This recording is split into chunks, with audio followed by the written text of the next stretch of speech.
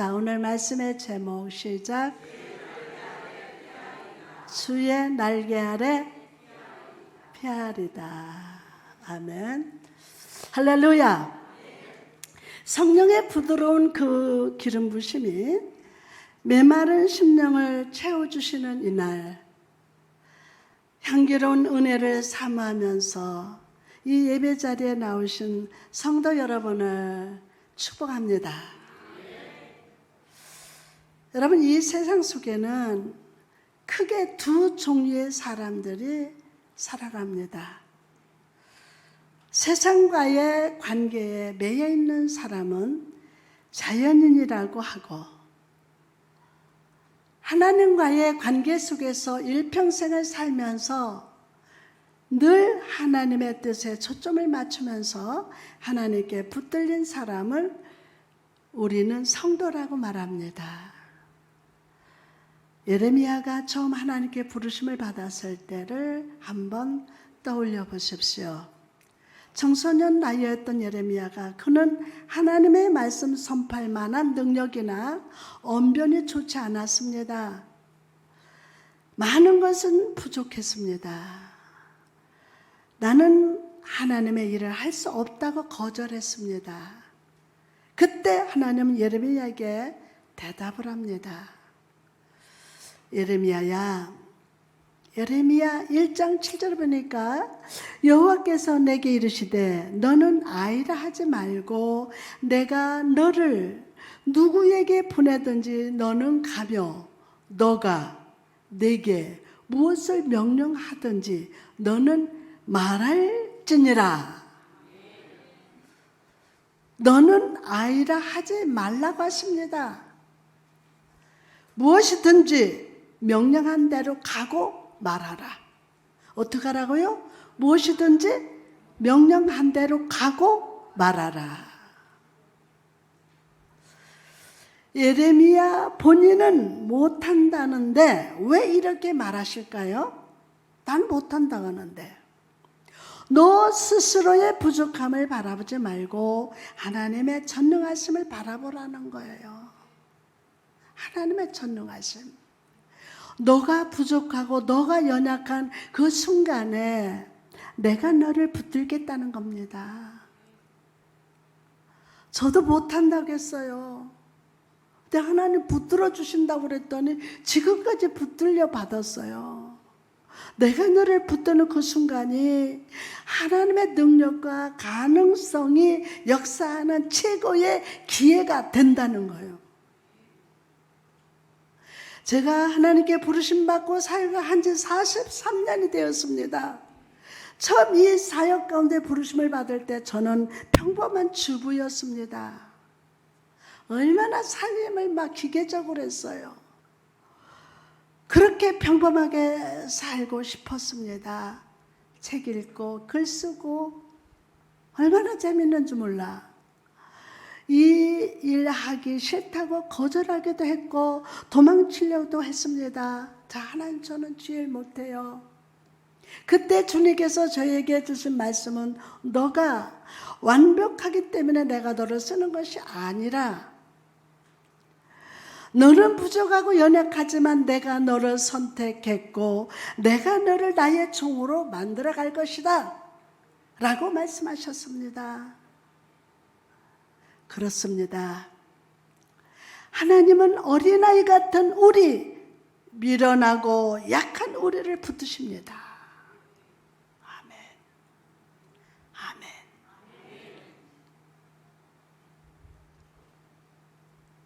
그래서 창조의 손길로 우리를 은혜 가운데 붙들어 주시사 성령의 사람으로 만들어 가심을 믿으시기를 바랍니다. 자, 그럼 세상 속에 속하지 않고 하나님께 붙들림 받은 자에게 주시는 축복이 무엇입니까? 첫 번째로 성도를 인자하심으로 보호하시는 축복입니다. 성도를 어떻게 해요? 인자하심으로 보호하시는 축복 오늘 받았다. 본문 7절 말씀 보니까 하나님이여 주의 인자하심이 어찌 그리 보배로운지요. 사람들의 주의 날개 그늘 아래 피하나이다. 아멘. 인자하다라는 말은 히브리어로 하스테카라고 하는데, 이것은 감히 받을 자격이 없음에도 하나님께서 주권적으로 택하셔서 그 택하신 자에게 모든 풍성하신 것들을 공급하시는 사랑을 의미합니다. 시인에게 이런 하나님의 인자하심은요, 가장 보배롭고 가치 있는 것이었어요. 왜 그렇습니까? 그가 사람이기 때문이에요. 뭐이기 때문에? 그가 사람이기 때문이에요. 사람이 어떤 존재입니까? 처음에 아담이 창조할 때 하나님은요, 땅에 티끌로 그를 빚으시고 생기를 불어넣어 주셨습니다. 하나님의 형상대로 빚으시고 모든 만물을 다스리게 하셨습니다. 그러나 선악과를 따먹은 이후에 사람은 그 죄의 결과로 죽을 수밖에 없는 존재가 되었습니다. 이럴 때 우리가 바라보고 의지할 분이 누굽니까? 나를 선택하시고 자녀 삼아주시사 인자한 은혜로 공급하시는 하나님을 바라봐야 될 줄 믿습니다. 하나님의 자녀된 것 생각할 때에 할렐루야 찬송이 저절로 나네. 나를 선택하시고 자녀 삼아주시사 인자한 은혜를 공급하시는 하나님을 바라볼지어다. 사람들이 쥐의 날개 그늘 아래 피하나이다. 어미새가 자기 새끼를 날개 아래 품어 보호하는 것처럼 하나님은요, 택하신 쥐의 자녀들을 보호하시되 완전히 보호하고 돌봐주십니다. 믿어지면 아멘. 사람의 보호는 환경과 생각에 따라서 수시로 변하고 우리를 배신하고 상처를 주기도 하지만 하나님은 택하신 자녀를 지키시면서 어떠한 그 경우에도 변함없이 한결같이 인자하심과 보호하심으로 지켜주심을 믿으시기 바랍니다. 여러분 한번 아브라함을 떠올려 보십시오. 아브라함. 하나님은요, 아브라함을 선택하셨어요. 그리고 그가 믿음의 조상으로 살아가기를 기대하셨습니다. 그러나 믿음의 삶은 금방 완성되지 않았습니다. 갓 태어난 아가는 처음에는 뭐를 먹어요? 모유를 먹습니다.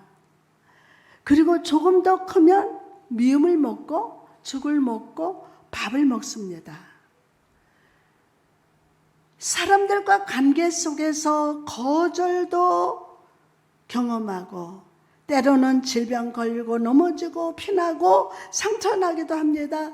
사람들 관계 속에서 거절도 경험하고 내가 원하는 일이 전부 이루어지는 것이 아니다는 건 사실도 깨닫습니다. 교회 처음 믿는다고 뭐 삐죽빼죽도 하고 나만 미워한다. 너도 뭐 다 이런 과정을 통해서 사람은 아이에서 어른으로 성장하는 거예요.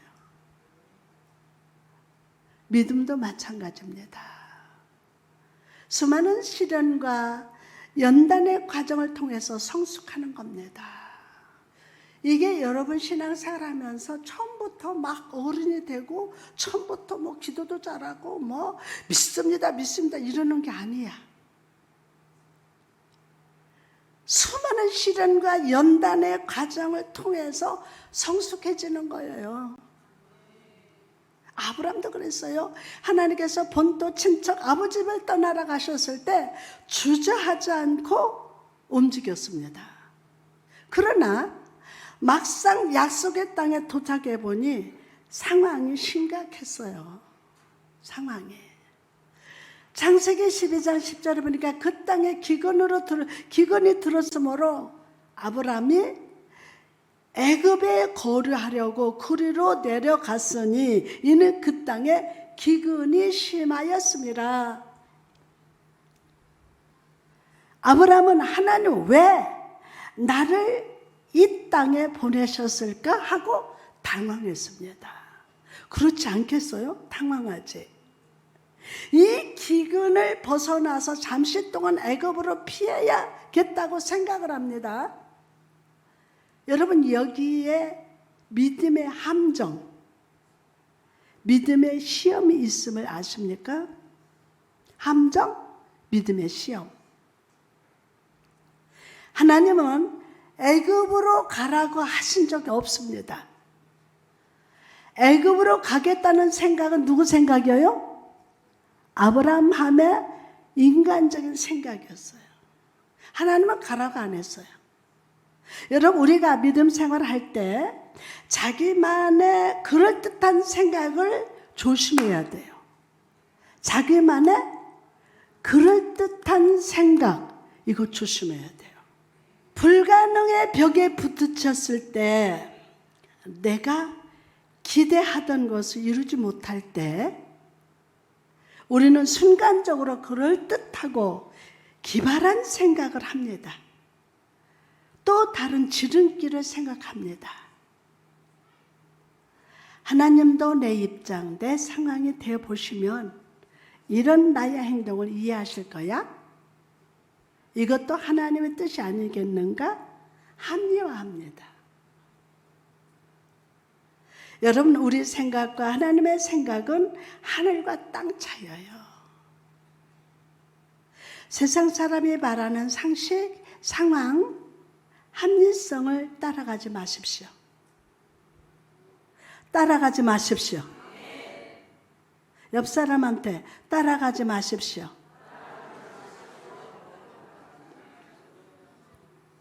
자, 믿음이란 내 상식과 내 이성과 경험에 억눌리지 않고 하나님을 따라가는 거예요. 하나님을 따라가는 거예요. 인간의 마음은요, 환경을 따라 수시로 변하지만 하나님은 어제나 오늘이나 영원토록 변함없고 동일하십니다. 이해가 되지 않아도, 뭐가 되지 않아도, 이해가 되지 않아도, 기근이 있어도, 절망이 있어도 하나님 말씀만 따라갈지어다. 아브라함은 기근의 때에 인간적인 생각이 앞섰습니다. 그리고 그 마음속에 찾아온 것은 불안과 두려움이었어요. 불안과 두려움. 창세기 12장 11절에서 12절 말씀을 보니까 그가 애굽에 가까이 이르렀을 때에 그의 아내 사라에게 말하되 내가 알기에 그대는 아름다운 여인이라. 애굽 사람이 그대를 볼 때 이르기를 이는 그의 아내라 하여 나는 죽이고 그대를 살리리니. 하나님의 말씀을 따라갈 때는 느끼지 못하던 그 불안한 두려움, 아브라함을 사로잡았어요. 내 사랑하는 아내 사라를 다른 남자들이 보면은 나를 죽이려 하지 않을까? 하고 두려웠습니다. 사라가 이뻤던가 봐요. 그래서 아브라함은요, 아내를 누이라고 거짓말을 합니다. 그리고 그 거짓말의 결과로 아내를 바로 왕의 후궁으로 뺏기고 말았습니다. 여러분, 이것이 하나님을 떠난 사람의 결과예요. 조금 잘 풀리는 것 같아도 갑자기 다가오는 인생의 흉년 앞에서 울고 웃고 쉽게 흔들리는 연약한 존재가 바로 누구예요? 나라는 거예요. 시작, 나라는 거예요. 그런데 여러분, 사람은요, 이렇게 연약하고 믿음을 놓쳐버리지만 하나님은 그렇지 않으십니다. 인간은 포기하더라도 하나님을 포기하지 않습니다. 우리는 실패해도 하나님은 실패하지 않습니다. 적극적으로 우리 상황 속에 개입하시고 위기는 막아주시는 아버지가 되심을 믿으시기 바랍니다. 위기를 막아주시는 아버지가 되십니다. 여러분, 우리도 아브람처럼 얼마나 많이 믿음의 실패를 경험합니까? 그럼에도 불구하고 하나님은 우리를 자녀로 불러주십니다. 하나님의 자녀로. 여러분, 우리 아버지는 누구 가족이라고요? 우리 가족이야. 에? 하나님은 우리를 자녀로 불러주시고 특별한 사랑으로 보호하시고 지켜주십니다. 그 사랑과 보호하심, 그 인자하심 때문에 오늘 우리가 이렇게 이 자리에서 예배하고 있습니다. 우리가 더 이상 갈 곳이 없을 때 길이 되어 주십니다. 방황할 때 주님의 길이 되어 주세요. 소망이 없을 때 희망이 되어 주시고 길과 진리와 생명으로 붙들어 주심을 믿으시기를 바랍니다. 할렐루야. 그러므로 여러분, 오늘 환경에 반응하는 자가 되지 말고 말씀에 순종하는 자로 살아갑시다. 삶의 환경이 나에게 고통과 기근을 준다 할지라도 미리 결론 내리지 말고 뭐라고? 미리 결론 내리지 말고 하나님 말씀에 한번 순종합시다. 주께서 나를 홍해로 인도하셔도 믿음으로 버티십시오. 그럴 때 홍해가 갈라지고 길이 열립니다. 어제까지 나를 두렵게 하던 죄와 사망과 염려의 군대는 예수 그리스도의 보혈에 수장될 겁니다. 아멘. 특별한 주의 인자하심이 여러분을 가나안에 도착하기까지 끝까지 붙들어 주심을 믿으시면 아멘. 믿는 대로 될지어다. 자, 다음으로 세상에 속하지 않고 하나님께 붙들림을 받은 자에게 주시는 축복이 무엇입니까? 두 번째로 풍족하고 흘러 넘치는 축복입니다. 어떻게 해요? 풍족하고 흘러 넘치는 축복입니다.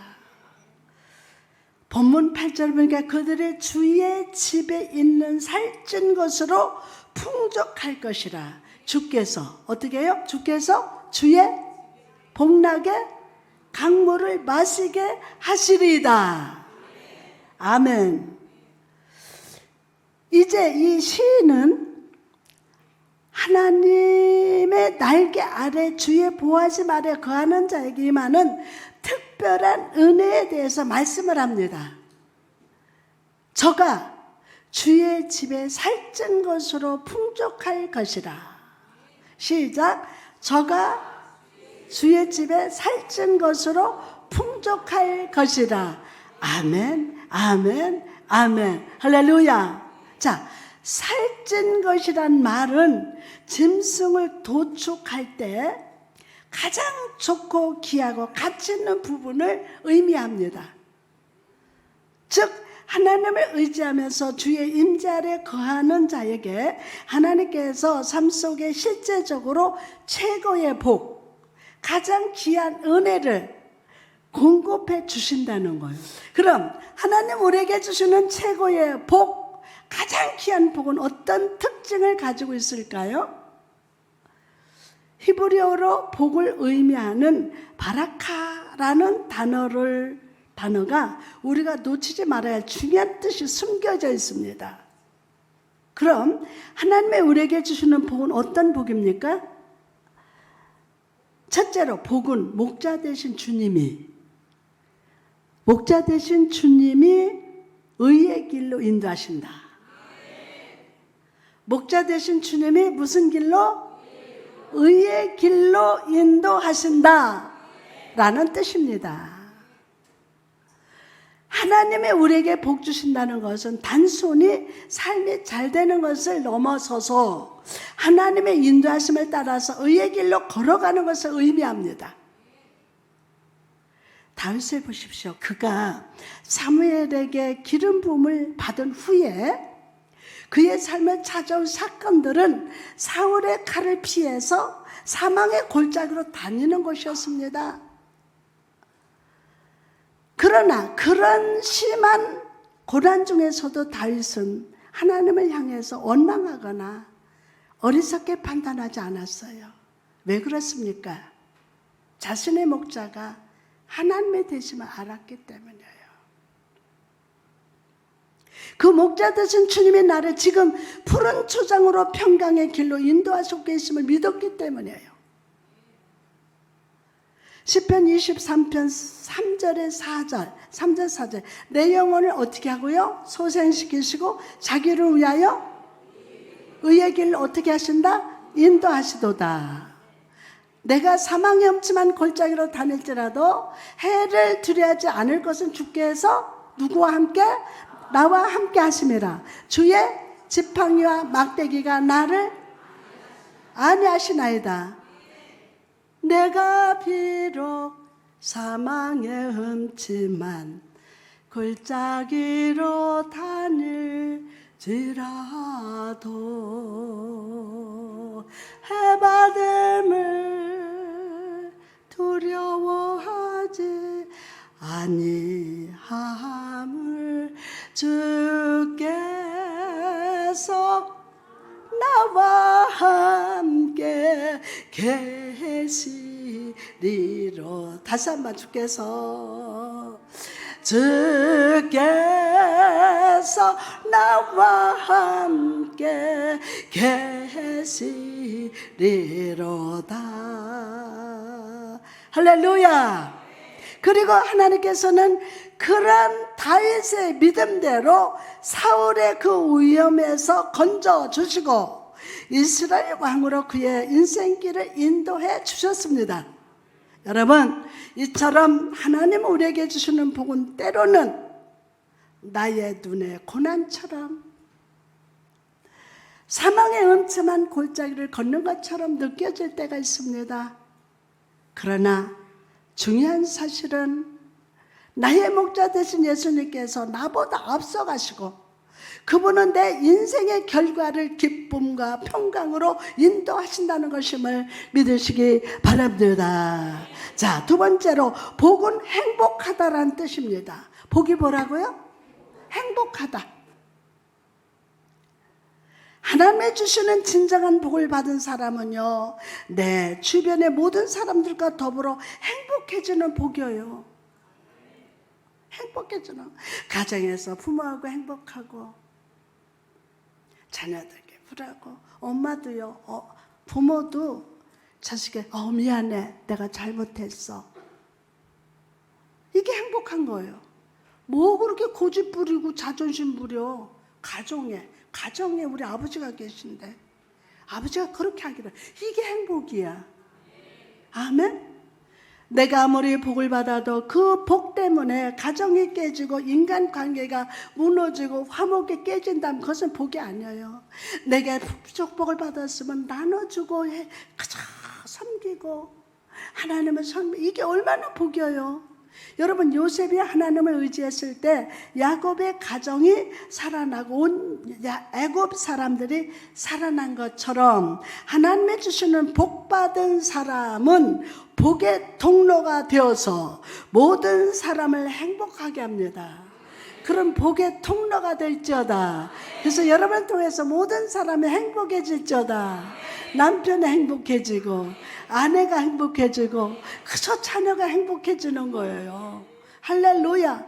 주여, 이 시간 주의 복으로 충만하게 하시되 가정과 모든 환경 속에서 행복하게 하여 주옵소서. 오늘 행복의 복이 임한다. 아멘이요, 아멘이요, 아멘. 여러분, 오늘 이 예배를 인생의 마지막으로라는 심정으로 들으십시오. 세상이 말하는 복이 아니라 바른 길로 인도하시는 복, 예배의 복, 하나님을 인해서 행복한 복을 구하고 받는 성도가 되시기를 주님의 이름으로 축원합니다. 할렐루야. 또한 오늘 시인은 주의 복락의 강물을 마시게 하신다라고 말씀합니다. 자, 주의 복락의 강물이라는 말은 에덴 동산에서 흘러나오는 강물을 의미한다고 합니다. 옛날 태초에 하나님께서 에덴 동산을 창조하시고 그 동산에서 흘러나온 물이 4개의 강이 되었습니다. 그리고 그 강물이 온 땅을 기름지게 하고 생명으로 충만하게 했습니다. 이처럼 겸손의 주를 의지하면서 주의 날개 아래 피하는 자에게 하나님께서는 가장 귀한 축복을 베푸시되 끊임없이 흐르는 강물처럼, 끊임없이 흐르는 강물처럼 계속해서 넘치도록 우리 삶 속에 베풀어 주실 것임을 믿으시면 아멘.